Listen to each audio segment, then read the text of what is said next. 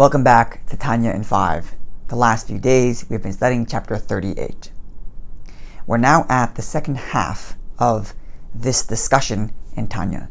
This discussion, which runs from chapter 35 through 40, discusses the idea of purpose. What is the purpose for the creation of man, and what is the purpose for creation as a whole? In chapter 35, 36, and 37, we explain that God's ultimate intent is that we reveal godliness in this lowly physical world and in our body and animal soul. And thus, the primary objective for why we created is the fulfillment of physical mitzvahs. Now, in the next few chapters, we're going to discuss the other side of the coin, which is what is the purpose of intent? What is the purpose of feelings for God? If the ultimate purpose is just to engage the physical world in mitzvahs, then why is it relevant if I care or don't care, if I love God or don't love God, so long as the action is done? What's the purpose of the emotional attachment? Now, to this, the Alter Rebbe tells us an analogy. Everything that exists has a body and a soul. It has its matter, and it has the life that's in that matter. In some things in the world, what's more pronounced is the matter, the body, and in other things in the world, what's more pronounced is the life, the soul, the livingness of it. For example, a stone or any inanimate object. What's primarily observed is the matter.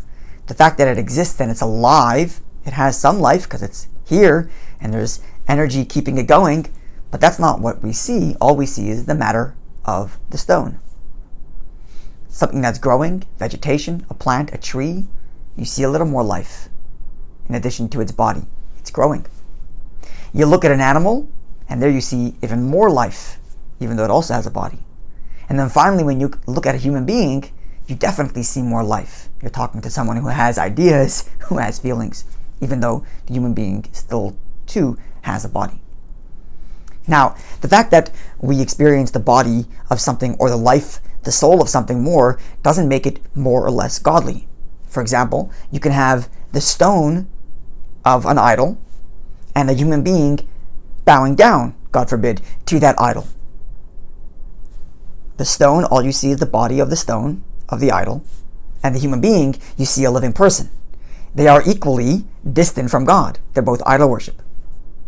One in human form with living life, and one with a stone, just a dead body, that's also idol worship. Now, the same thing is true in the reverse.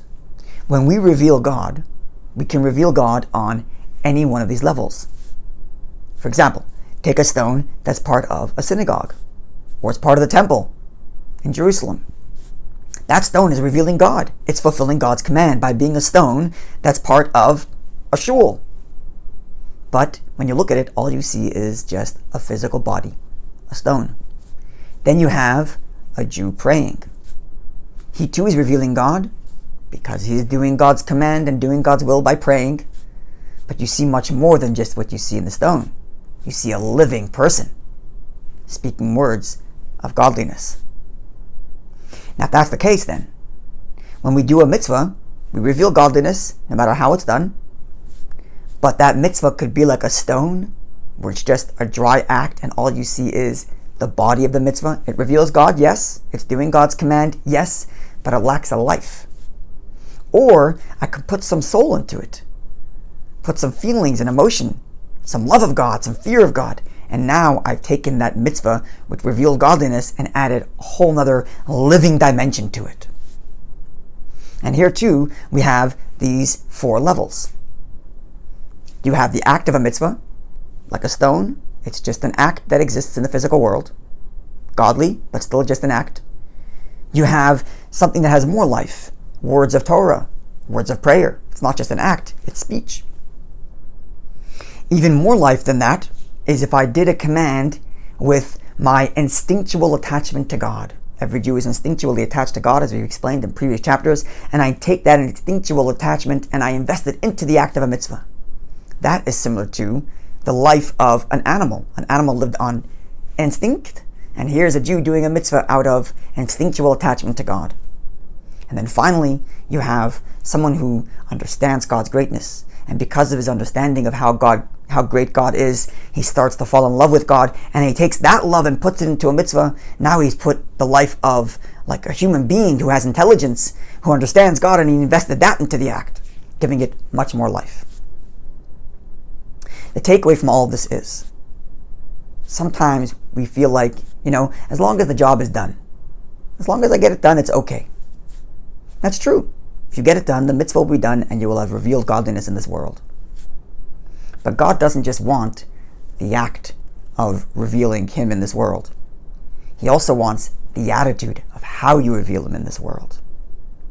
Do you just reveal Him in this dry sense, or do you put some soul into it, some life into it? Looking forward to seeing you when we conclude chapter 39.